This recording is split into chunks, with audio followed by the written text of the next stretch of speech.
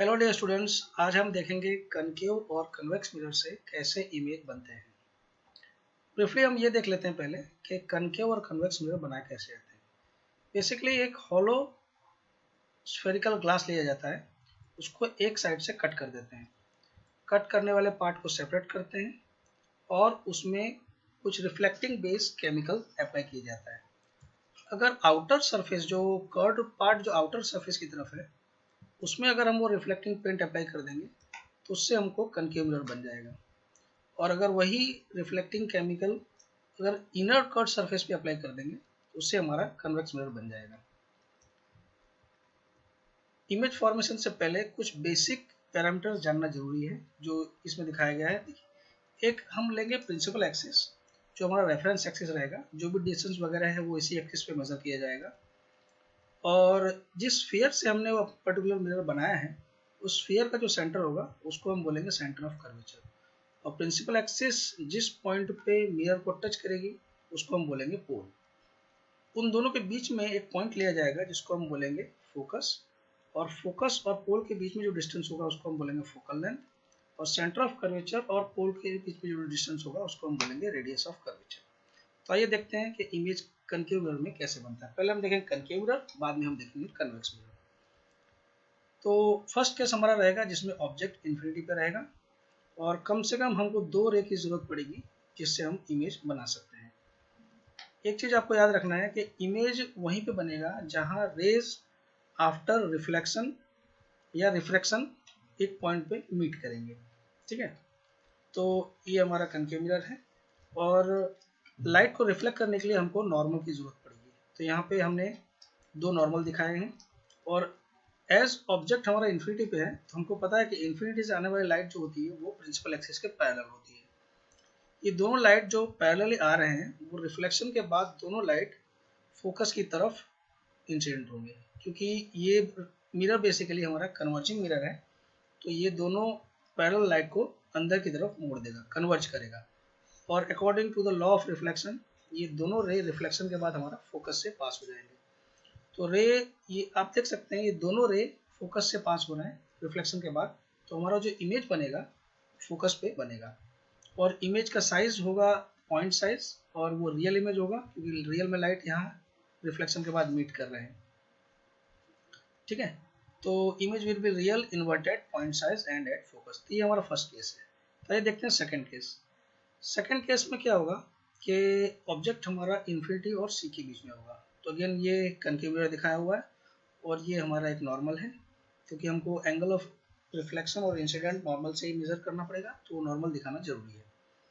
तो हमारा ऑब्जेक्ट देखिए इन्फिनिटी और सी के बीच में है और वहां से एक रे पैरेलल जा रही है प्रिंसिपल एक्सिस के, जो मिरर पे हिट करके लॉ ऑफ रिफ्लेक्शन को फॉलो करते हुए वो फोकस से पास होगी। यानी जो भी रे पैरेलल आएगी प्रिंसिपल एक्सिस के वो रिफ्लेक्शन के बाद मिरर से हमेशा फोकस से पास होगी। ठीक है, और दूसरा रे हमने सीधा पोल पे इंसिडेंट कर दिया है और पोल पे इंसिडेंट करने के बाद वो भी रे लॉ ऑफ रिफ्लेक्शन फॉलो करते हुए रिफ्लेक्ट होगी। तो यहाँ आप देख सकते हैं कि दोनों रे रिफ्लेक्शन के बाद सेंटर ऑफ कर्वेचर और फोकस के बीच में कहीं मिल रहे हैं। तो जहां दोनों रे रिफ्लेक्शन के बाद मिलेंगे वहां हमारा इमेज बन जाएगा। तो इस केस में हमारा जो इमेज होगा वो आप देख सकते हैं ऑब्जेक्ट से छोटा है और इमेज अभी भी इस केस में रियल होगा, ऑब्जेक्ट से छोटा होगा और बिटवीन सी एंड एफ होगा। तो image will be real inverted diminished and between C and F. तो आइए देखते हैं थर्ड केस।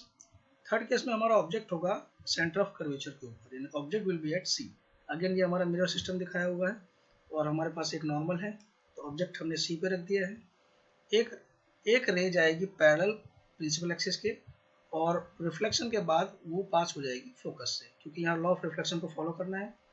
दूसरा रे हम सीधा पोल पे इंसिडेंट कर देंगे और पोल से इंसिडेंट होने के बाद वो रे वहीं से रिफ्लेक्ट हो जाएगी और वो भी लॉ ऑफ रिफ्लेक्शन फॉलो करेगी।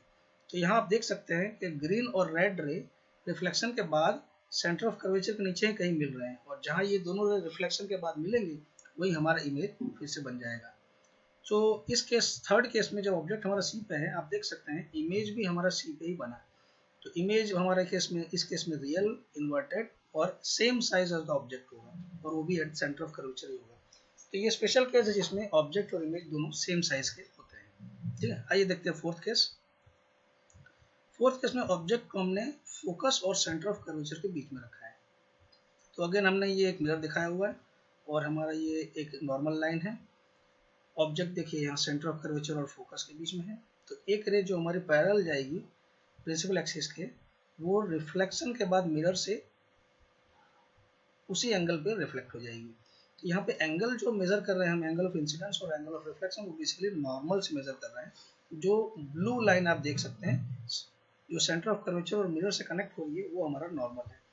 उस नॉर्मल से अगर आप दोनों एंगल देखेंगे, वो दोनों एंगल सेम आएंगे, ऑलमोस्ट सेम आएंगे। तो पहला रे रिफ्लेक्ट होकर फोकस से चला गया और दूसरा रे जो पोल पे आ रहा है वो रिफ्लेक्ट होकर उसी एंगल से प्रिंसिपल एक्सिस के नीचे चला जाएगा। तो इस केस में आप देख सकते हैं इंसिडेंट और reflected ray, incident sorry both जो रिफ्लेक्टेड रे हैं, दोनों रिफ्लेक्टेड रे कहीं ना कहीं सेंटर ऑफ कर्वेचर के पीछे जाके मिल रहे हैं। तो हमारा इमेज जो है इस केस में सेंटर ऑफ कर्वेचर के पीछे बनेगा। और इमेज का साइज आप देख सकते हैं कि इमेज का साइज इस केस में ऑब्जेक्ट से काफ़ी बड़ा है। अभी भी हमारा इमेज जो होगा वो रियल ही होगा, इन्वर्टेड होगा और ऑब्जेक्ट से बड़ा होगा और सी के पीछे होगा, यानी बियॉन्ड सी होगा। ठीक है, तो ये हमारा फोर्थ केस है। तो आइए देखते हैं फिफ्थ केस। फिफ्थ केस में क्या होगा, ऑब्जेक्ट हमने फोकस पर रख दिया है। तो अगेन हमारा ये मिरर है और ये हमारा नॉर्मल रहेगा। ऑब्जेक्ट हमारा देखिए फोकस के ऊपर रखा हुआ है। एक लाइट रे अगेन जो प्रिंसिपल एक्सिस के पैरेलल है, वो रिफ्लेक्शन के बाद फोकस से ही पास होगा। और दूसरा रे जो पोल पे आ रहा है, जितने एंगल पे वो इंसिडेंट होगा उतने एंगल पे वो रिफ्लेक्ट होगा। इस केस में आप देख सकते हैं दोनों रे जो रिफ्लेक्शन के बाद पैरेलल ही निकल रहे हैं और ये दोनों रे कभी मिलने वाले नहीं हैं। और तो ऐसा माना जाता है कि ये रिफ्लेक्टेड रे कहीं इन्फिनिटी जाके मिलेंगे। सो इस केस में हमारा जो इमेज बनेगा वो इन्फिनिटी पे बनेगा। तो अभी भी इमेज हमारा रियल ही कहलाएगा, इन्वर्टेड होगा इमेज और बहुत बड़ा यानी हाईली एनलार्ज होगा as compare to the object. ठीक है, तो यहाँ तक जो 5 केस है हमारे, यहाँ तक इमेज जो बन रहा है वो रियल इमेज बन रहा है। तो हमारा जो 6th केस आएगा कनकेव मिरर का, उस केस में हमारा जो इमेज बनेगा वो वर्चुअल बनेगा। तो आइए देखते हैं वो वाला केस। ठीक है, तो ऑब्जेक्ट जब हम फोकस और पोल के बीच में रख देंगे, ऑब्जेक्ट जब फोकस और पोल के बीच में रख देंगे हम, तो ये देखिए हमारा एक रे जो है पैरेलल जाएगा प्रिंसिपल एक्सिस के, वो रिफ्लेक्ट होने के बाद हमेशा फोकस से जाएगा। और दूसरा रे जो पोल पे जाएगा, वो पोल से ही उतने एंगल पे रिफ्लेक्ट हो जाएगा। अब ये देखिए इस केस में दोनों रिफ्लेक्टेड रे कभी मिलेंगे नहीं, क्योंकि उनके बीच में डिस्टेंस बढ़ता जा रहा है। ठीक है, तो इस केस में रियल इमेज पॉसिबल नहीं, बनना पॉसिबल नहीं है, क्योंकि रिफ्लेक्शन के बाद दोनों रे कभी मिलेंगे ही नहीं। बट हमारे अगर हम ऑब्जर्व कर रहे हैं मिरर के सामने से, तो हम हमारी आंखों को क्या लगेगा कि ये दोनों रे जो कहीं पीछे से चले होंगे। तो इन दोनों रे को अगर हम बैक एक्सटेंड करेंगे, तो ये दोनों रे जहाँ जाके मिलेंगे पीछे मिरर के, वहाँ हमारा एक वर्चुअल इमेज ऑब्जेक्ट का दिखाई देगा। ठीक है, तो इस केस में हमारा इमेज वर्चुअल होगा, इरेक्ट होगा और ऑब्जेक्ट से बड़ा होगा और बिहाइंड द मिरर होगा।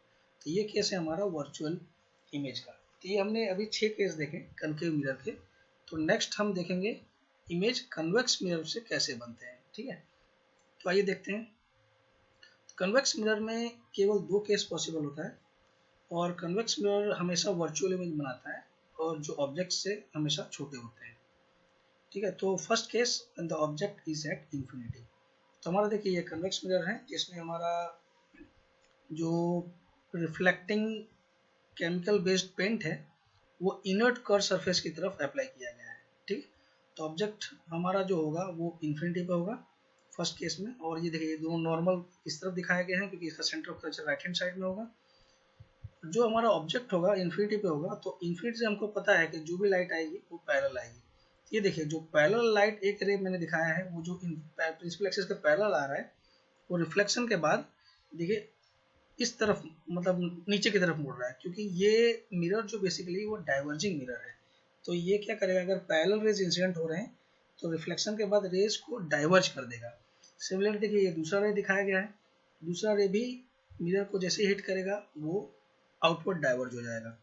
अब ये दोनों डाइवर्जिंग रेज कभी रियल में मिलेंगे नहीं, तो इस केस में हमको कभी रियल इमेज नहीं मिलेगा। ठीक है, तो real image is not possible in case of convex mirror. But मान लो अगर हम पीछे से कहीं ऑब्जर्व कर रहे हैं इस रे को, तो हमको क्या दिखाई देगा, हमको ऐसा लगेगा कि ये दोनों रिफ्लेक्टेड रेज जो है वो पीछे से कहीं चले होंगे। तो हमारी आंखों को ऐसा लगेगा कि इमेज जो है ऑब्जेक्ट का वो फोकस पे है, क्योंकि ये जो रिफ्लेक्टेड रे है दोनों उन दोनों को हम बैक एक्सटेंड करेंगे तो फोकस पे जाके कहीं मिलेंगे, तो हमको ऐसा लगेगा कि इमेज कहीं फोकस पे बना हुआ है। तो ये इमेज आप देख सकते हैं वर्चुअल इमेज है, पॉइंट साइज है और फोकस पे है। तो ये हमारा कन्वेक्स मिरर का फर्स्ट केस है। चलिए देखते हैं अब सेकंड केस। सेकंड केस में क्या होगा, ऑब्जेक्ट को किसी पोजीशन पर रख दिया जाएगा मिरर के सामने, बट सिंपली इन्फिनिटी पर नहीं रखना है, ठीक है। तो अगेन देखिए ये हमारा नॉर्मल दिखाया गया और ऑब्जेक्ट यहाँ पे मिरर के सामने, कन्वेक्स मिरर के सामने किसी पोजीशन पे रख दिया है। तो एक रे जो हमारा पैरेलल आएगा वो रिफ्लेक्शन के बाद देखिए आउटवर्ड डाइवर्ज हो जाएगा, और जो दूसरा रे हमारा पोल पे आएगा वो रिफ्लेक्शन के बाद इस तरफ से नीचे की तरफ चला जाएगा। अब ये दोनों रे रिफ्लेक्शन के बाद कभी मिलेंगे नहीं, ठीक है। तो इस केस में भी हमारा रियल इमेज पॉसिबल नहीं है, क्योंकि रिफ्लेक्शन के बाद रे मिल ही नहीं रहे। तो अगेन अगर हम ऑब्जर्व करें मिरर के सामने से तो हमको क्या दिखाई देगा कि ये दोनों रेस मिरर के पीछे से कहीं चले होंगे, ठीक है। तो इनको अगर हम बैक एक्सटेंड करेंगे तो हमको ऐसा दिखाई देगा कि ऑब्जेक्ट कहीं मिरर के अपोजिट साइड की तरफ है, यानी मिरर के अंदर है, ठीक है। तो इस केस में भी जो हमारा ऑब्जेक्ट होगा वो वर्चुअल होगा, इरेक्ट होगा और स्मॉलर देन द ऑब्जेक्ट होगा, ठीक है। तो इस वीडियो में इतना ही। नेक्स्ट वीडियो में हम देखेंगे image formation with the help of convex lens, ठीक। Thank you.